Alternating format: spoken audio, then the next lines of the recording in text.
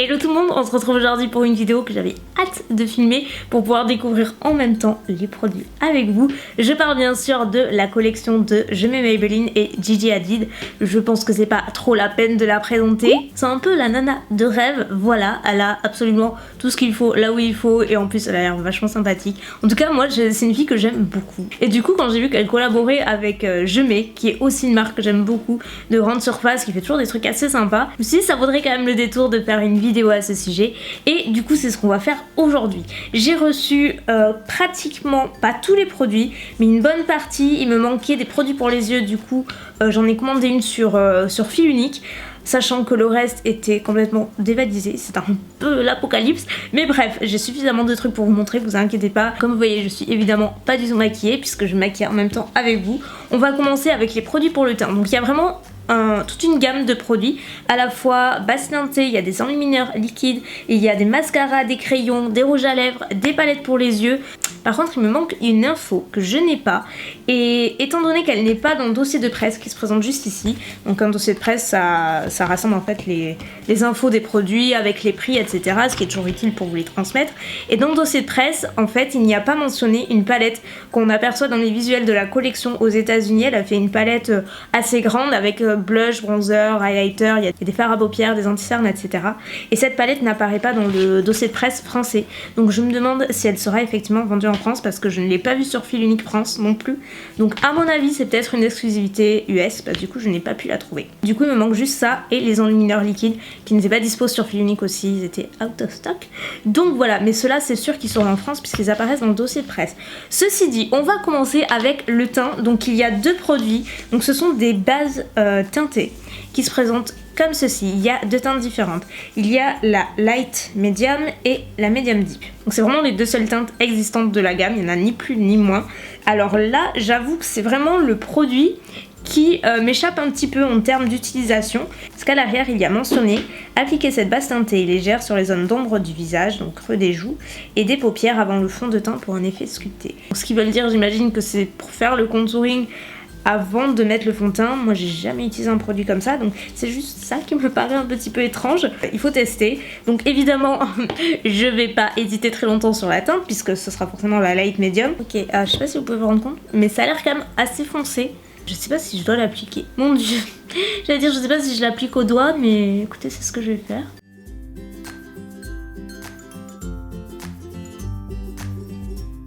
Bon, au niveau de la couleur, ça choque un peu moins, une fois que c'est fondu, ça va. Après, je suis pas hyper convaincue par la nécessité de ce produit et même du résultat. Enfin, je sais pas ce que vous en pensez, mais je trouve que c'est pas homogène, ça fait pas une peau hyper jolie. Pas en termes de texture, mais de couleur. En fait, j'ai l'impression d'avoir appliqué de l'auto-bronzant, mais de façon absolument pas homogène. Du coup, je trouve que ça fait un petit peu sale en fait sur la peau. Vous voyez ce que je veux dire? Je trouve ça dommage qu'ils aient pas fait un vrai produit teint. Par exemple, une crème teintée à la rigueur, mais une base teintée, j'ai un peu de mal à comprendre en fait. Donc là je vais faire mon teint avec mes produits habituels qui ne sont pas dans la collection. Donc à savoir fond de teint, anti-cerne, bronzer. Et je reviens avec vous pour les yeux. En quelques secondes c'est appliqué, ou presque. Donc on passe aux yeux et donc moi je vais utiliser cette petite palette toujours issue de la collection.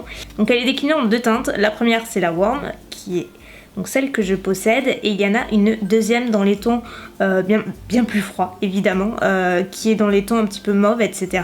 Et il y a une autre palette de fards avec 4 ou 5 fards il me semble, mais vraiment rectangulaire et qui paraissait tout petit et mat. Ça tombait bien parce que personnellement c'est celle que je trouvais la plus jolie de toutes. Et par contre j'ai été très surprise au niveau de la taille.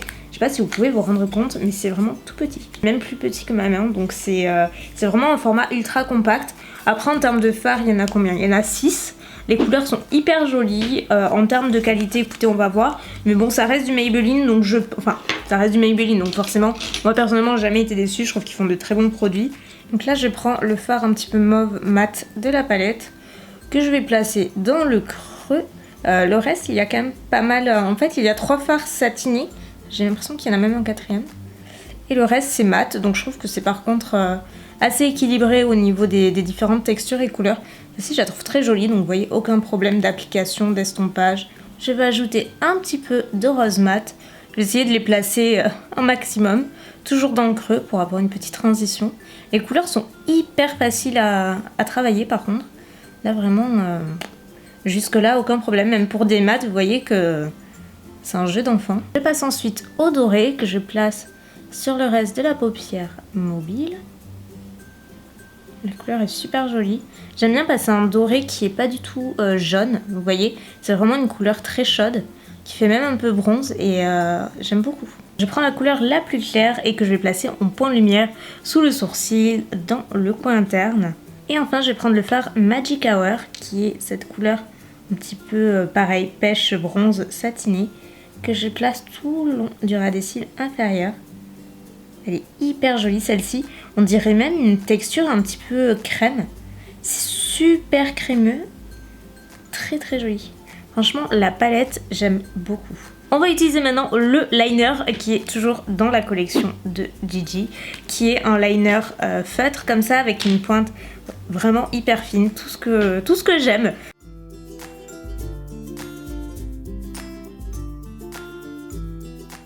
Je vous dirai ce que je pense du liner plus tard, en plan un peu moins serré. On va passer au crayon. Il y a 2 crayons dans la collection et je suis hyper contente puisqu'il y a une couleur chair et c'est hyper difficile d'en trouver un en grande surface. Il y en a très très peu. Donc là c'est un couleur chair parfait pour la muqueuse inférieure, ouvrir le regard, etc. Et il y a un crayon noir. Et on termine avec le mascara. Il n'y en a pas un mais 2, dont le Lash Sensationnel qui est un mascara qui existe en permanent chez Maybelline. Mais là vous avez juste le packaging de l'édition limitée avec Gigi qui est hyper joli. Bon, moi je suis complètement fan du packaging. Par contre, ça, sachez-le, c'est un super mascara. Mais il y a aussi un mascara à fibres. Donc ça c'est plutôt cool. Moi j'aime bien le mascara à fibres. En général c'est assez efficace. Donc on a d'un côté les fibres et de l'autre côté le mascara. Donc je vais utiliser celui-ci puisque ça je ne connais pas et j'ai hâte de voir ce qu'il y a dans le ventre. Donc ça se fait toujours en 3 étapes. On commence par appliquer le mascara noir classique. Ensuite on applique les fibres par-dessus sur l'ensemble des cils. En fait ça permet de vraiment d'épaissir et d'allonger les cils. On dirait qu'on a des moutons de poussière sur le cil. Et enfin, dernière étape, on rapplique une couche de mascara noir par-dessus. Je sais pas si vous voyez sur les close-ups, si on peut se rendre compte, parce que du coup il y a le trait de liner, mais j'ai vraiment des cils hyper présents. Impressionnant comment il étoffe les cils, ça fait un volume et une longueur. On peut voir ça qu'avec les mascaras à fibres en général. Je vous avais dit que je vous reparlerai du liner. Je suis mitigée parce que, alors autant la pointe est très bien parce qu'elle est fine, mais j'aurais aimé qu'elle soit plus souple. Elle est extrêmement dure. Du coup, si vous voulez faire la virgule, il faut un petit peu se contorsionner. Enfin, moi j'ai pas l'habitude, j'ai l'habitude du Tattoo Liner et du Epic Ink Liner de NYX qui ont plus ou moins la même pointe, mais qui sont beaucoup plus souples. C'est dommage parce qu'après il est très noir et ça m'a pas empêché quand même de faire un trait de liner tout à fait potable. Mais voilà, juste question de préférence, parce que je suis habituée vraiment avec moi des mines qui sont beaucoup plus. On passe maintenant aux lèvres, puisque comme je vous l'ai dit, la collection est hyper complète de ce côté-là. On a même les crayons à lèvres qui matchent avec les lipsticks, donc ça c'est super cool. Donc d'un côté on a la collection East Coast avec des teintes plutôt neutres, et de l'autre côté on a des teintes rouges. Donc voilà, on a vraiment les deux. Ça rappelle un petit peu ses lieux de vie, ses influences, etc. La East Coast qui lui rappelle l'énergie de New York, etc. Et la côte ouest avec ses influences californiennes, le glow et sa bouche rouge emblématique. Je trouve que c'est, de toute façon, elle peut porter n'importe quoi. C'est toujours canon, il y a des personnes comme ça, tout leur va. Donc moi du coup je vais vous les swatcher tous, mais sur moi là maintenant je vais en tester 2. J'hésite entre ces 2 là. On va prendre celle-ci, c'est la couleur Tora. C'est donc ça en neutre, c'est vraiment un beige neutre, un petit peu caramel. Donc on a le crayon à lèvres que j'applique en premier pour faire le contour bien définir, etc. En plus c'est des crayons rétractables, donc ça c'est génial.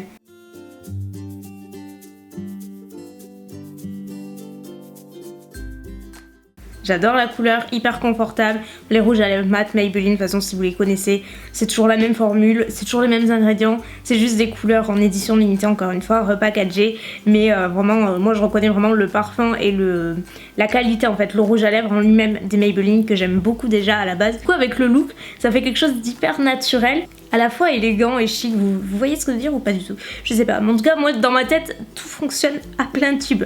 Je vais essayer également une couleur totalement différente parce que j'aime trop ce genre de couleur. Celle-ci je la trouve canon. C'est la couleur Austin et c'est celle qu'elle porte sur les visuels. Je suis sûre que c'est celle-ci parce que les autres sont d'un rouge un peu plus classique, un peu plus foncé. Là c'est un rouge un petit peu coquelicot avec une pointe d'orange, mais vraiment un rouge extrêmement vif. Ça fait hyper longtemps que j'ai pas porté de rouge comme ça aussi vibrant. Et ça m'a trop manqué, il est hyper joli, j'aime vraiment beaucoup. Vous voyez, même avec le maquillage des yeux, finalement, moi je l'aurais porté vraiment sur quelque chose d'hyper simple, genre du mascara sans liner, sans fard, etc. Moi j'aime bien la simplicité avec ce genre de couleur, mais finalement je trouve que ça choque pas plus que ça. Bon, maintenant que j'ai tout essayé, il est temps de faire un petit point sur les tops, les flops, finalement ce que je pense de la collection.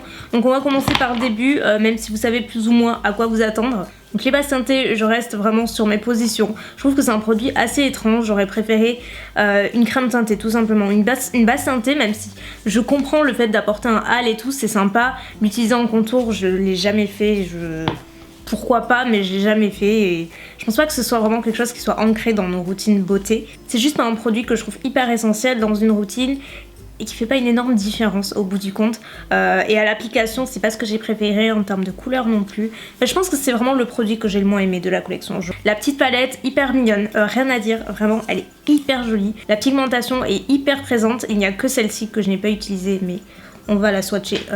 Ok, il n'y a aucun souci. Finalement au début j'étais surprise, un petit peu déçue de la taille que je trouve vraiment extrêmement petite, mais après coup finalement c'est pas très embêtant. Ça reste des tailles de panne qui sont tout à fait correctes qu'on trouve ailleurs, c'est juste quand on prend une palette on s'attend à ce que ce soit plus grand, mais là honnêtement c'est compact, c'est pas si choquant que ça à la fin du compte, et vraiment ce qui compte c'est la qualité, et là elle est présente sur tous les fards. Concernant le liner, ça dépend vraiment des goûts et des personnes, j'ai envie de vous dire.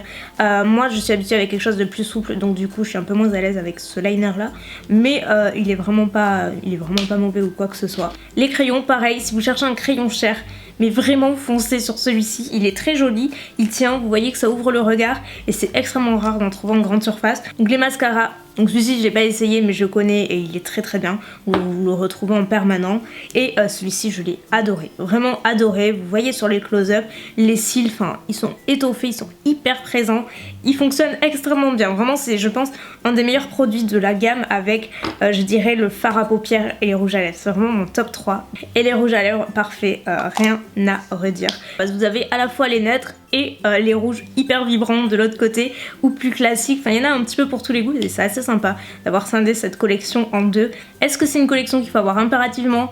Je dirais pas nécessairement. C'est une collection qui est hyper sympa, qui contient de bons produits, de bons éléments, qui sont sympas à utiliser, qui sont jolis, qui sont dans l'air du temps, mais pas hyper novateurs non plus, puisqu'on a des produits, la plupart sont dans la gamme permanente, donc vous les connaissez déjà, c'est juste voilà.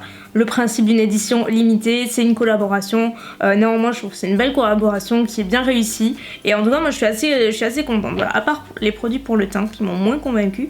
Mais le reste, je dirais, c'est plutôt même très bien. Donc n'hésitez pas à me dire ce que vous en pensez. J'ai hâte d'avoir vos avis. Sur ce, je vous fais de gros bisous et je vous dis à très bientôt. Bye!